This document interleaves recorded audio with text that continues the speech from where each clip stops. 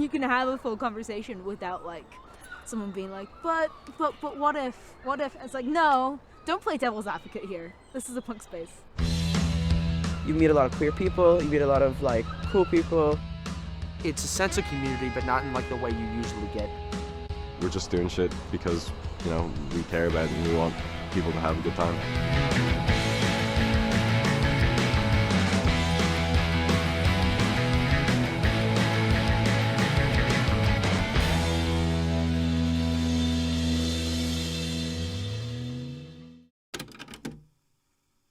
In the mid-70s was when Ireland was going from being like a subjugated country into being a real country on equal terms with other countries in Europe. Up to the 70s, Ireland was almost like a third world country that was controlled by quite an extreme Catholic Church. So that period in the mid-70s was Ireland coming out of that darkness. Part of that was the punk movement.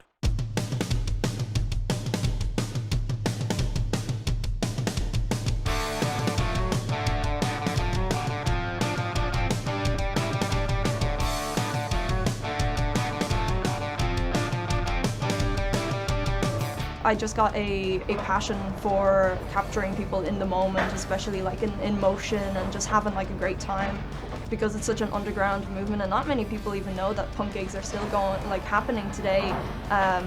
It's good to really capture it and show that this is history, you know?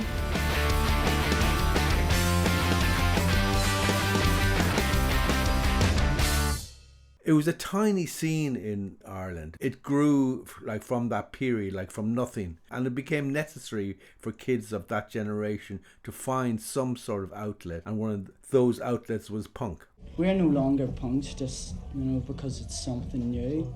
Because it's the only thing we've got now. There's no other, there's nothing else in Belfast. Whereas in London, you know, you can be a punk, there's plenty of places to go. But if you're not a punk, you've still got somewhere to go. But here, we've got this place, nowhere else.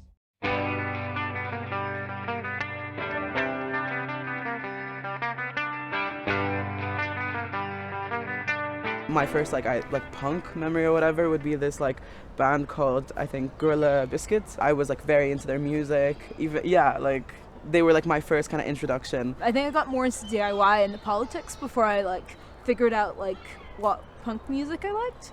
But now I listen to a lot of the local bands, like the Nils and the Skunks.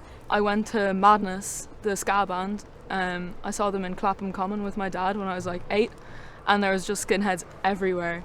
But like the cool ones, not the dodgy ones. My dad had a LP, or had the like vinyl, London Calling, and he used to play that all the time. And then I started getting into like the first Clash album, which is called, what's it called, Kevin? Self-titled, The Clash. Oh yeah, The Clash. I was on the way into school and a song came on the radio called When I Come Around by Green Day, and fuck off.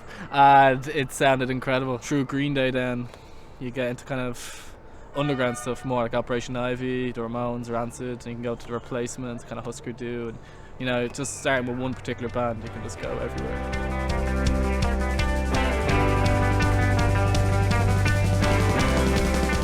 I was a punk at heart since I was 15 years old. I remember I've never felt like I could find my own community, so I would never go to clubs or concerts or anything like that because it just didn't suit me.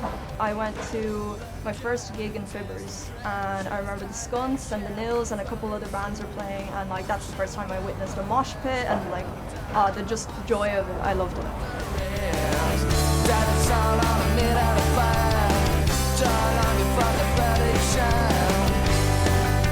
I think especially recently the punk scene's very accepting of just anyone. The people are very, very special. Everyone's really unique and just accepting, and that really just like keeps on making me want to like just capture it and document it.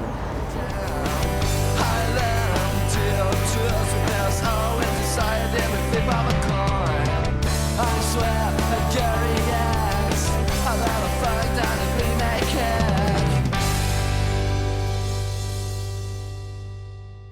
punk has taken on a new form and it will continue taking on different kinds of forms, so I definitely don't think it's dead. It will live on forever.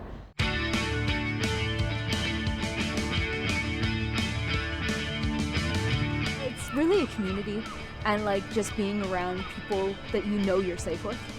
You know, you get a lot of people coming together, like here, where you just put on something for people without any desire for like profit.